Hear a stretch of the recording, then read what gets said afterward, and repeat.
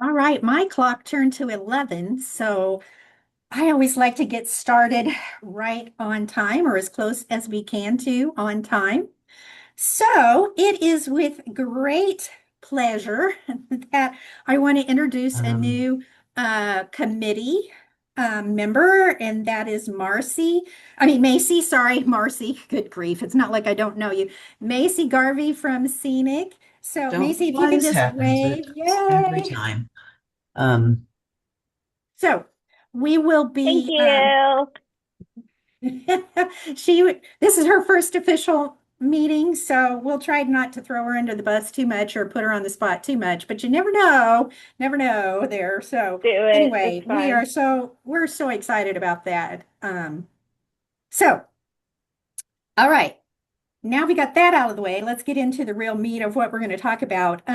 Recently, probably I don't know how many weeks it was ago, just a couple of weeks ago, there was a lot of um, back and forth about lost items and also about what happens when something is returned and the bill does not get removed from your patron's account. So, um, because not everybody always is watching, I don't know about you guys, but I get a bazillion emails every day. And so sometimes it's easy for some of that to just kind of go by, and I didn't pay attention to it. So I thought, let's just revisit um, some of those things. So let me see here if I can share.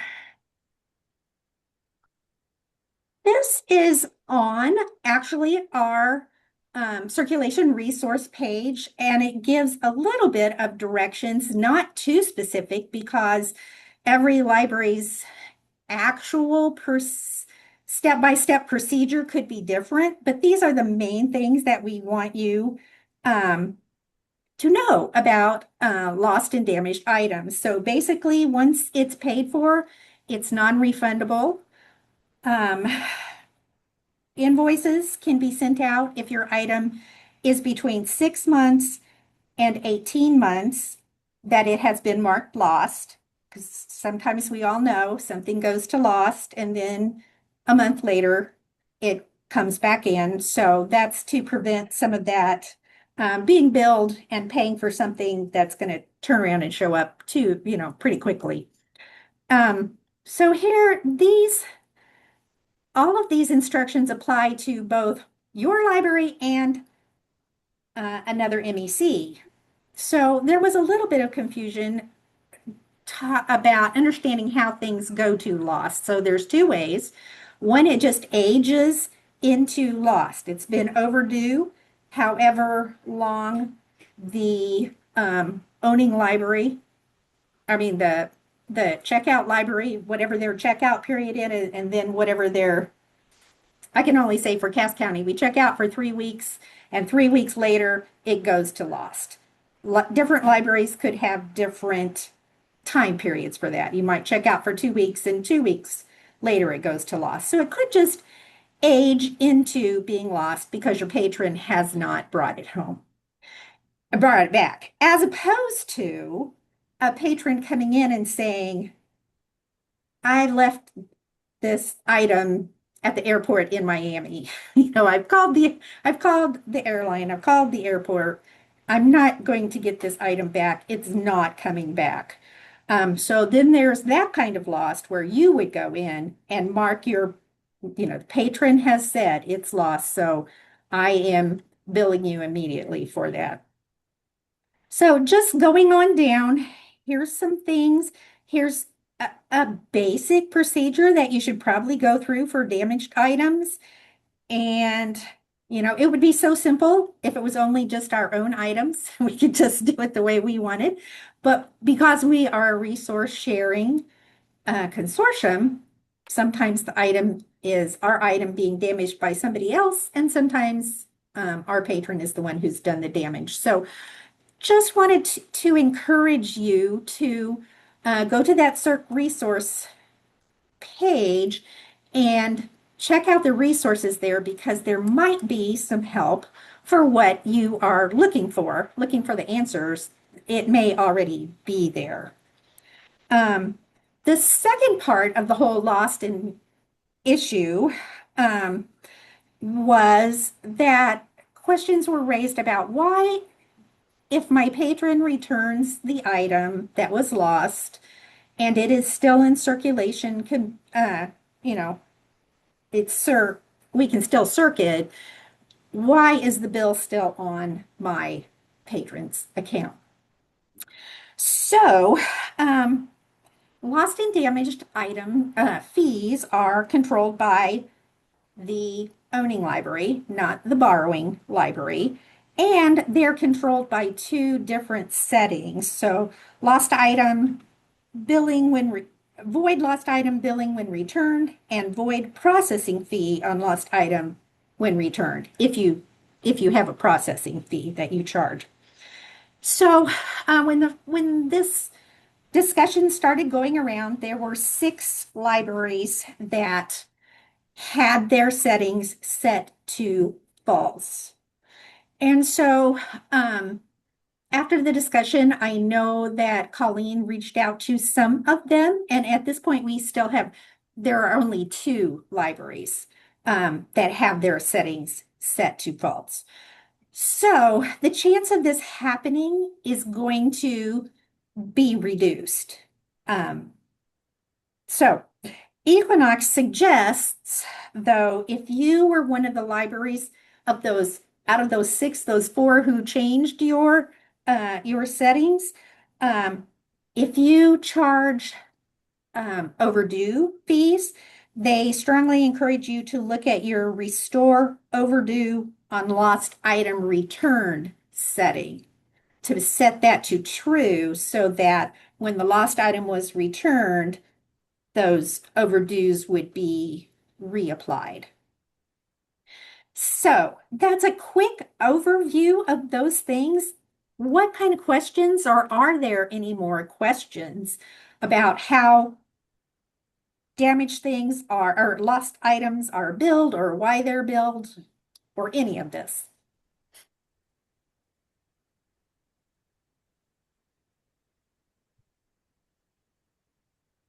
I like hearing nothing. I mean, I have a comment maybe okay, that sure. Debbie from Ross County.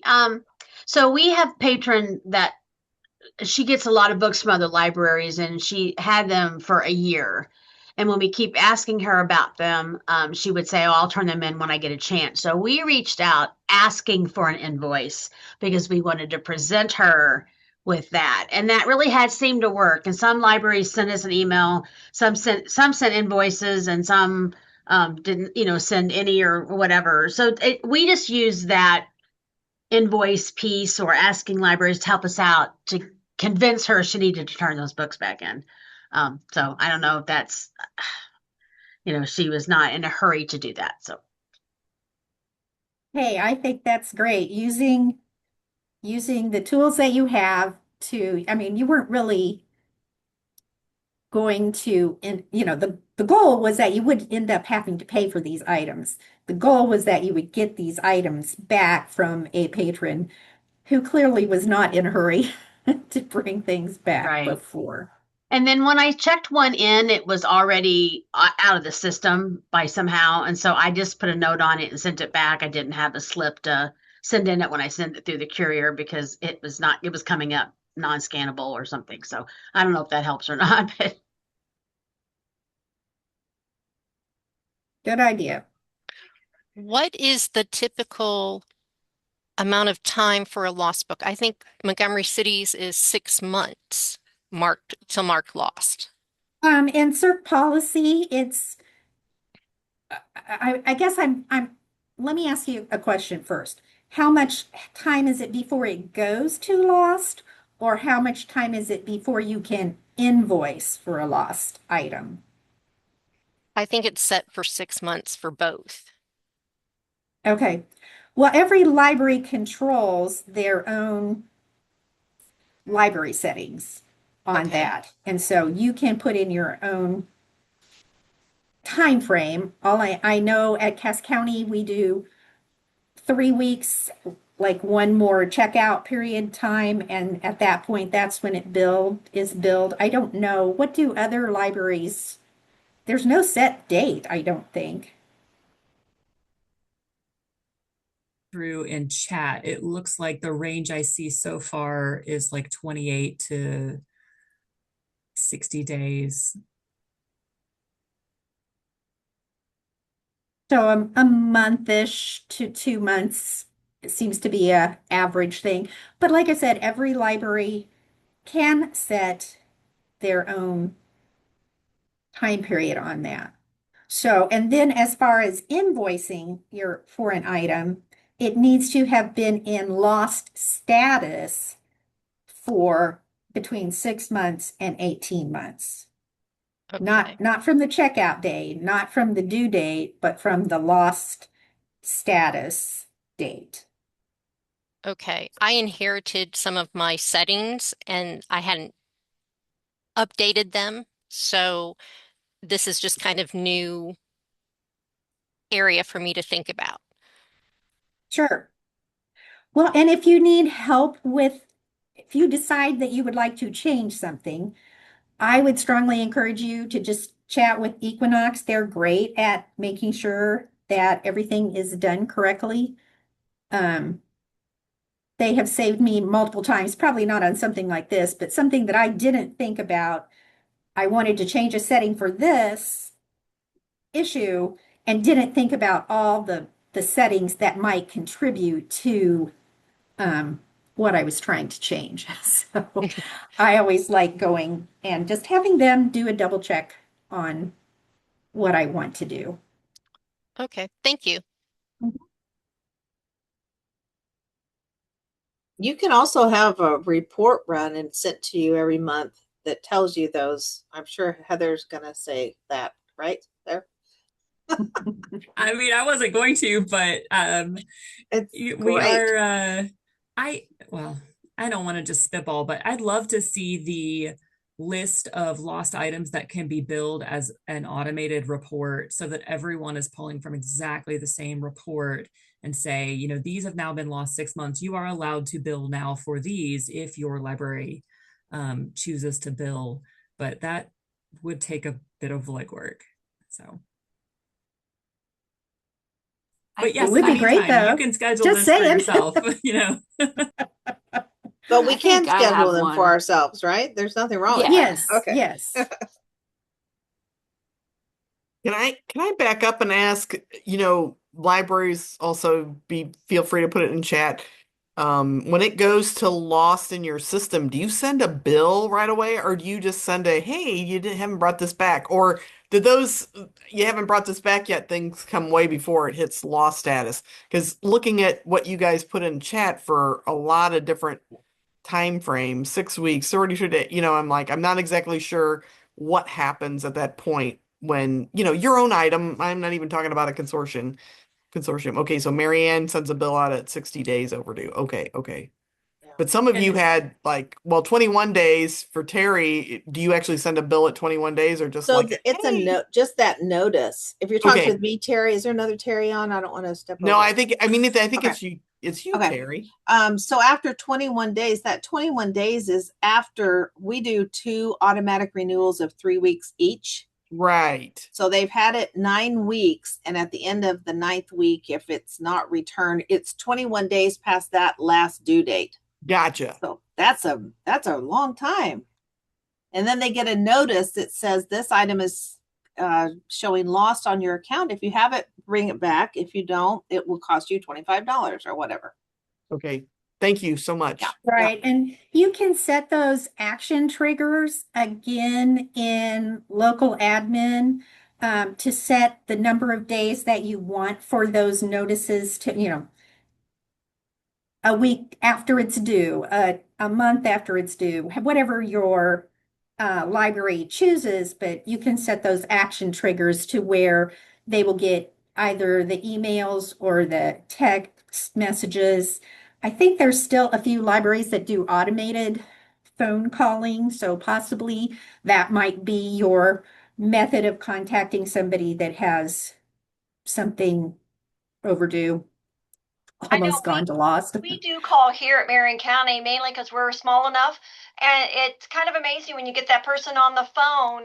You seem to get your books back much quicker when you've had that conversation, especially when you tell them if you want to keep them, that's fine, but this is what it's going to cost.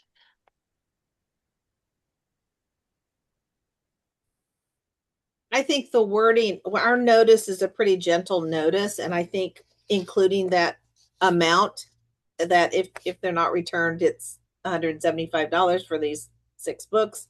That shatters some people. So yeah, we get our things back usually with the notice.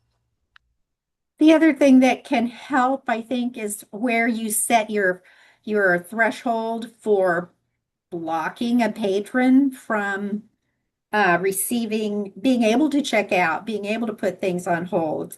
And we don't want to, the person owes us $5. I don't want to be so harsh that then I'm keeping people from using the library, but neither do I want, you owe $50. It's time to bring something back or pay for something. At least that's how, Cass's number is a little bit lower than that, but you see what I'm saying. Yeah, ours is $25 no checkout unless you have That's made a payment arrangement or had a conversation at least with somebody, because I feel the same way. We want people to use the library, and things happen sometimes, right. things happen.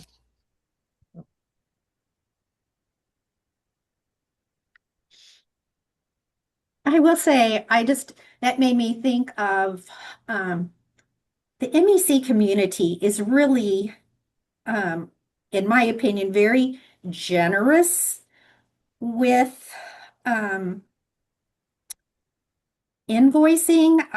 Especially for cases that hardship cases. I'm thinking we had Cass County about maybe a year ago, had a patron that had a house fire and died in the house fire, and 10 out of the 14 books belonged to the rest of you, not to Cass County. 4 of his were ours. Of course, we just wrote him off. Every single one of you that I called, the response was, "Oh my gosh, I'm so sorry. We're not going to bill you for that item." And so I just think, I think it's the communication between people and between libraries that makes the consortium great. And so I just tell that story because I think you guys are all um, trying to do the best for your patrons and trying to do the best for my patrons too. So I'm very appreciative of that. Okay, any other questions about overdues, lost, damaged, any of those? Okay, very good. All right, this is going to be your last call to sign up for a regional training. Um, I, I, I hesitate to say we're going to put a cutoff date on there, but at some point, I would say about a week before, if you are thinking of trying to sign up for one, um, I would just say, Camden starts September 11th. So a week before that, I would kind of like for all um, registrations to be turned in because the libraries are dealing with catering, and they need to have a good idea of how many people are coming. I'm sure almost always there's going to be more food than what we need. I've never been to one of these where that wasn't. So, if at the last minute you want to sign up, send a request to me, and then I'll reach out to the library to see if they can accommodate that. Okay, next I'm going to turn this over to Heather because we're working on some things that we hope will help you all. Yes. Okay. So the circulation committee has been working on a report to send out to the circulation listserv once a month. It's scheduled for about lunchtime today. So each month it should come on the same day as you get the automated reports that we get from Rogan. And this is a report to list all the items in MEC that have had a status of on hold shelf for more than 45 days. Because this is a report that each library can run itself, but it's also just as easy to run it centrally and send it to the list. And then I hope that will make it a little easier for libraries to check for those items instead of having to schedule their own reports. I'm going to share my screen so everyone can see. So this was brought to my attention by a colleague not that long ago, where she was asking me about some items that said they were on the hold shelf, but they weren't appearing anymore on her library's hold shelf list. And it's because they had been cleared from the hold shelf, but then not checked in. And when that happens, we have items that say on hold shelf, but wherever they were, that library is not seeing those items anymore as part of the hold shelf. So it's a really easy accident to happen, and then those items like sort of become like little ghosts. So this report is intended to help us find those and clear up what is a tiny bit of a mess, so that going forward it's just much tidier for everyone. So when you get the email, it'll be through the MEC circulation listserv once a month on the 25th of each month. And when you open the link, it's going to look like this: list of items in on hold shelf status for longer than 45 days. And if you prefer to download, it'll have both CSV and Excel, but here's the HTML preview.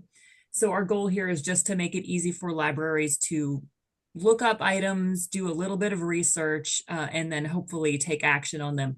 The list right now is long, but please don't let it alarm you. It's just, the mess has been building for a little bit of time, but if we don't take action now, it's never going to clean itself up. So even if you just look at one item every couple of weeks, like, we will still make progress on this. So it does look like there's a lot right now. So we're not picking on anybody. Everybody has this same problem. So right now it's alphabetical by library. Of course, if you download the output, you can sort it however you like. You can delete all the other libraries out. I'm going to scroll down to an MLC library for an example. Okay. Pick me. So, I want to see mine. oh, wait, who was that? Wait, was that Terry? Okay. Okay, so we've got two Neosho Newton items here. We can see the barcodes here. I've got shelving location listed, and then a little bit of information specifically from the bib to help you find it on the shelf. This here is intended to show the library where it was on the hold shelf.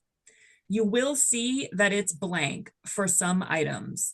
And for the items where it's blank, that information is not available in the system anymore, because the items have been on hold that long, and maybe the holds have been canceled. In some cases, you'll see the dates. It's been quite some time. So this one, theoretically, it was on hold. Not theoretically, it was on hold at Marshall Public. This is the date that the item went to hold, so May 11th.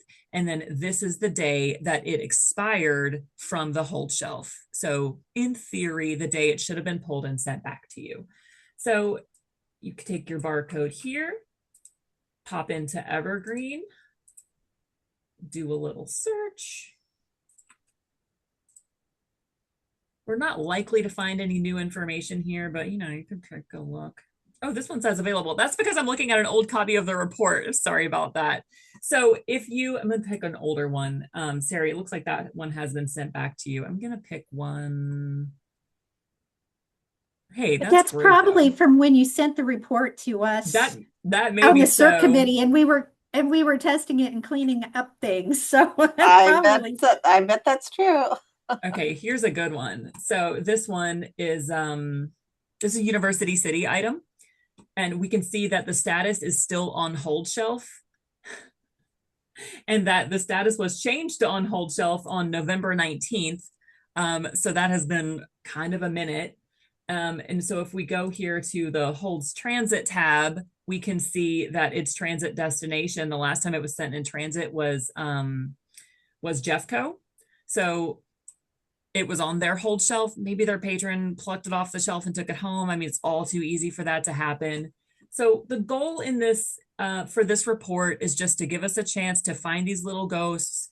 Maybe U City could send an email to Windsor and say, hey, could you just do us a favor, check your shelf, check your hold shelf. If you have the energy, to contact the patron for whom it was on hold, I think most of the time it is with them, whether or not they realize it. And I think most of these items would come back eventually. There are some that have been on hold shelf for a super duper long time, like this one. This item has been on the hold shelf since 2008. It's not deleted. It still says on hold shelf. It was probably on the hold shelf like during the migration and then just never came off the hold shelf because it's really easy for things to disappear during that process. So when you receive the report and click on the link, it's going to look like this. You can download the output, copy your barcode, do a little bit of research. I think in many cases, if it's been more than like 6 months, you are likely just looking at making that item missing because it is missing. It's probably not on the hold shelf where we sent it. If we don't know where we sent it, there's very little we can do. But at least with making it missing, we do not have these items in the catalog where patrons can keep placing holds because the item says it's on the hold shelf. Like it looks like a circulable item, but it is not circulable because it's gone rogue. It's gone on vacation somewhere. And then when you receive it, you'll see there's a link here that says external template documentation. If you click on that, it takes you to a little sheet that is intended to help you troubleshoot these items a little bit. So look up the item, check the transit and hold tabs for the information that's available there. And then I have a couple of notes here. Like one of them is if the barcode says it doesn't exist, check for leading zeros because that's a problem when you download the reports. So that sheet can also be found if you're on the website and click on member resources and then circulation resources. It's called long on hold shelf items. And thank you to Colleen and the rest of the committee for working on this project. We look forward to feedback. We hope it's useful. I think that's all I have unless anyone has any questions. I have not been looking at chat, so I should probably do that. I just Can I wanted ask? to add, I Oh. do this already, so you guys have probably gotten emails from me. I look at triggered events if I can't see the requester info anymore, and it'll tell you the barcode. So sometimes I put in the patron's barcode because I'm like, call them, and sometimes they actually have it at home, and then they return it. So I love triggered events. That's a great tip. Thank you. And it will list the library also. See my So like when you go to holds, and sometimes it's not complete information. I don't know what it is with triggered events. Sometimes it only has like it'll be a book that's been circulating since 2017 and it only keeps, the last 2 years. I mean, they've got to have a limit, functional limit somewhere. I know, yeah. And it probably has server to do would with the just be search like history notices stuff. info. So Heather is that's a really only good tip. looking at circulations. You can also click the holds tab. So this is going to tell you who the hold notices, well, not who necessarily a name, but you're going to get a barcode of who the hold notice was sent to. So sometimes that can help you. That's great.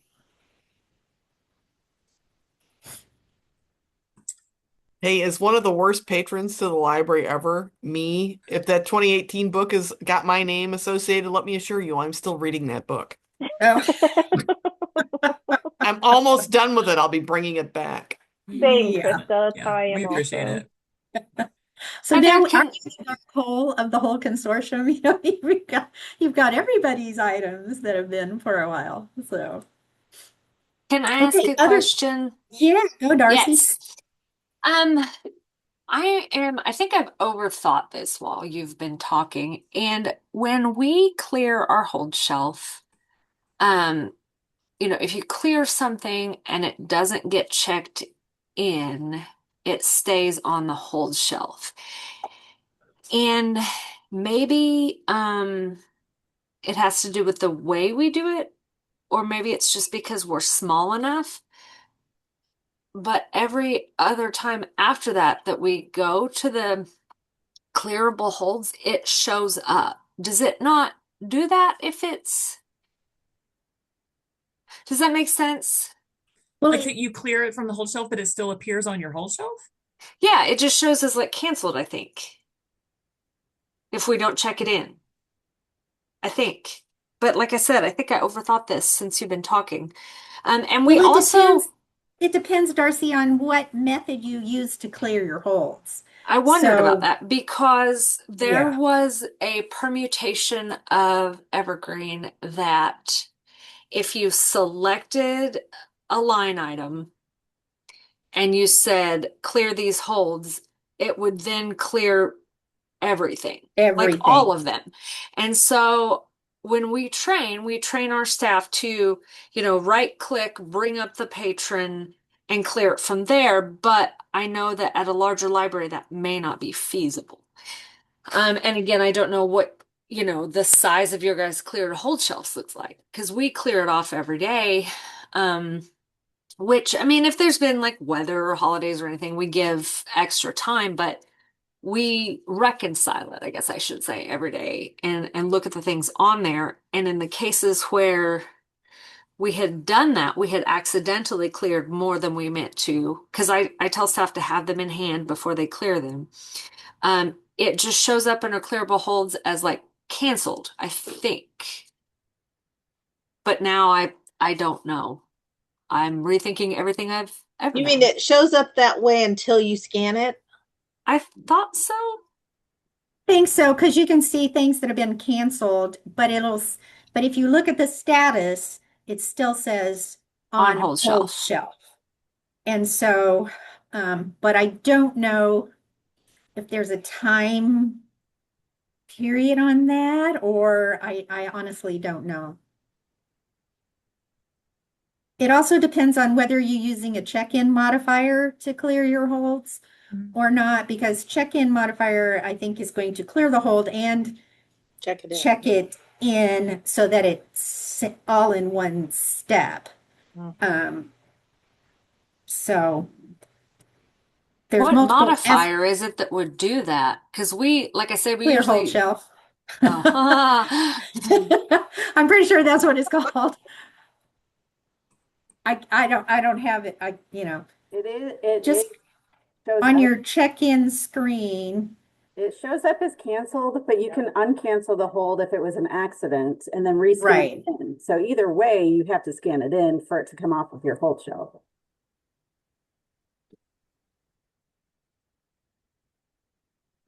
Okay. Okay. So first version is coming out in 15 minutes. So I sure hope I did it. I sure hope I did the scheduling correctly. Thank you. Okay. Any other questions for Heather on that?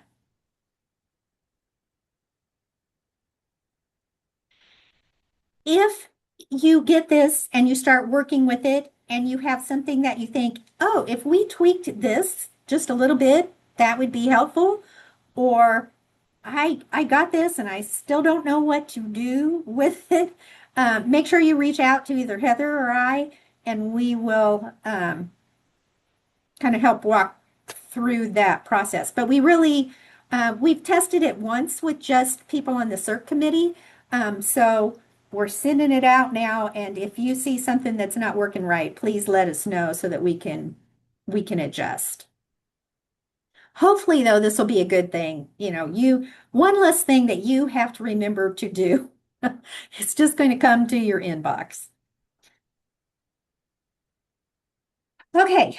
2 years ago, and I know this because I was cleaning out old emails and found this and decided, okay, we've had quite a few more libraries join since we discussed this. And so I want to bring it to your attention again.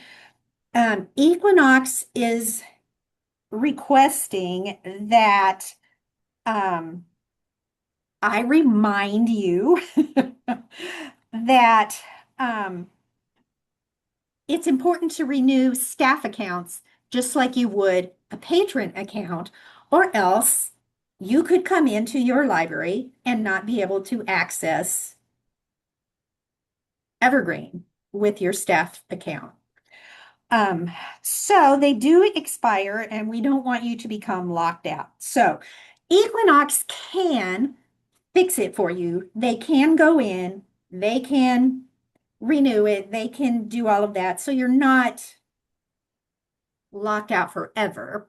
But they're hoping that the libraries will be proactive in how they deal with this issue. So, suggestions for how to be proactive.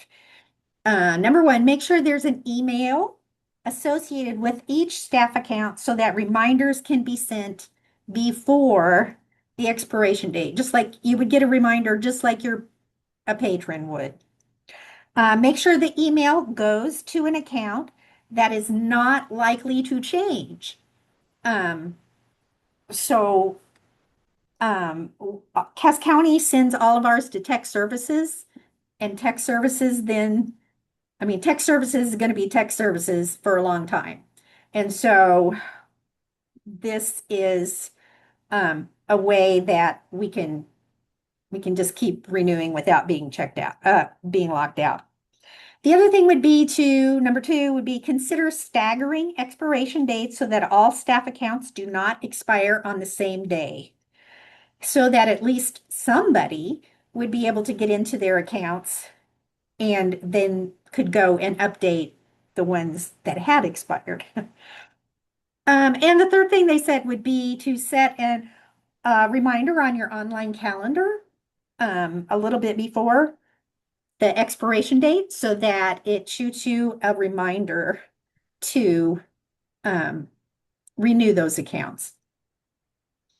Questions on that? I mean, I remember, I don't know, it was a couple of years ago, we came in and Cass County didn't even, when we set it up, they set it up, gave us lots of extra years, more than just the 1 year on staff accounts, and came in and oh, nobody got a reminder and we could not get in. So I know it's happened to us. I think it's happened to other libraries too. So just little housekeeping thing that can save you some trouble later on. The other thing is staff security. So each member library really is responsible for protecting and accurately maintaining our data as as the consortium. So if your library has individual staff accounts, make sure that you delete those accounts when a staff member no longer works for your library. Just purge them. You can purge them one by one as that person leaves. If your library uses one login for all of your circulation computers, change your passwords regularly and consider changing passwords each time a staff member no longer works at your library. Hopefully none of the people that have worked at your library and have now left would come back with malicious intent, but because it's a shared database, we each have a responsibility to try to keep things safe. Questions on that? Wanted to pop in to say if it's a cataloging or acquisitions person, should be thoughtful about the timing of when you delete them, because we did have that problem last year. So even if you just mark them inactive, that does prevent them from logging in. And then I think you can send in a request to Equinox. Oh yeah, Marianne just says this in chat. Right. That's the best. That's the best way to do it. Apparently, Equinox, there's more records attached to a staff account than there are to a patron account. And so sometimes purging those can bog down the system. So especially if you're doing several, send it to Equinox and they can do it on the back end for you. Okay. As far as I know, I checked yesterday. I can't say that I actually checked today. We're still in the same courier labels. Our next meeting is going to be the 22nd of September. And is there anything else that someone would like to discuss while we're all together? Ooh, Rhonda, we have a question here. Yeah. Our aged circulation on checkout books, what is the time limit on that? I mean, showing the last checked out person. Is it 30 days? Yes and no. Okay. Yes. Yes, mostly. Okay. But I think if there are like, if the last person has, um, it's gone lost or something like that, I think those are retained longer. I couldn't tell you for sure how Okay. much longer, but I think if there's some kind of issue with that item, Then it it's stays. going to show up longer. Okay. But if it's been checked out again since then, it's a 30-day. Okay. Great. Yes. Okay. Thank you.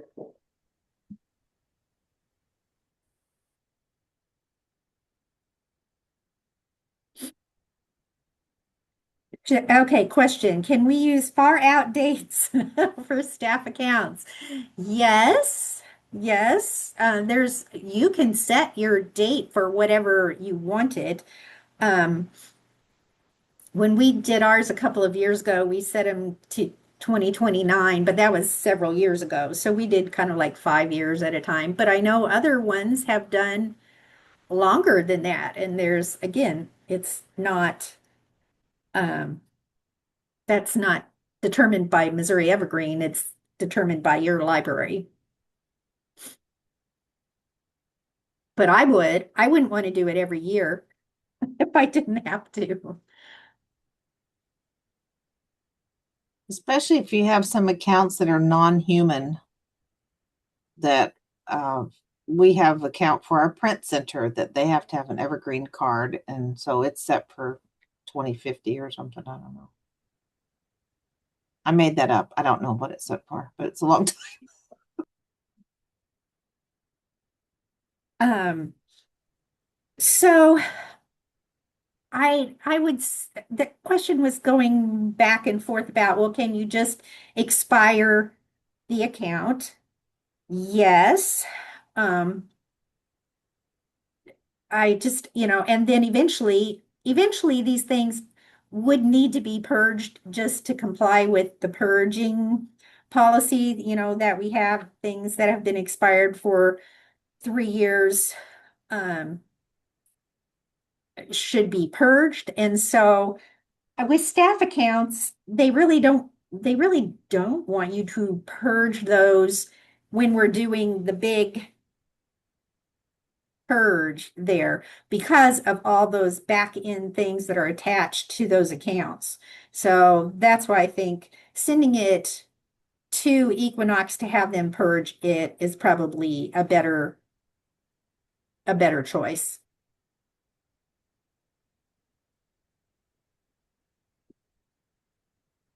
Okay, anything else?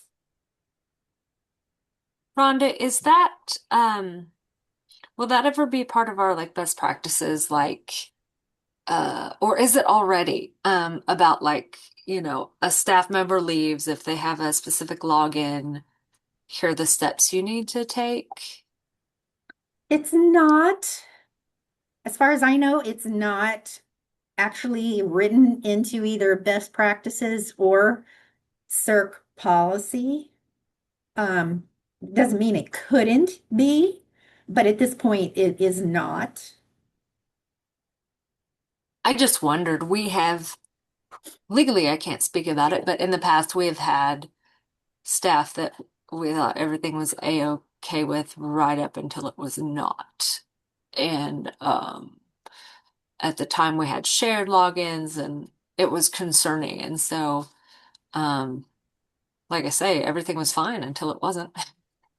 Um, and so anyway, I just wondered because it helps for me, it helps to have, okay, this is what we're supposed to do when we're supposed to do.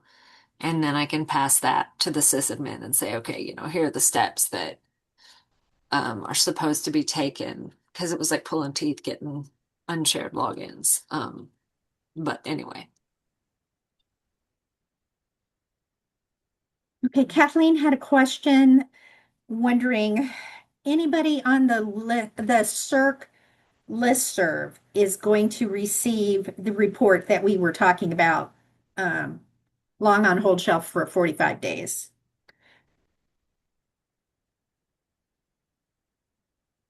So you could actually get multiple people if you have multiple people on signed up at your library. You could get multiple people working on that for you. Okay, anything else?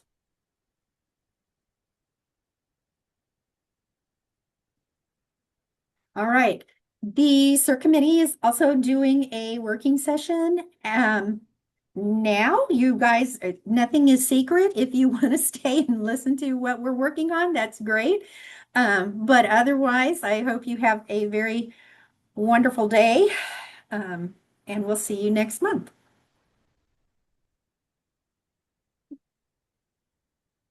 Bye. I'm just going to take a quick human break.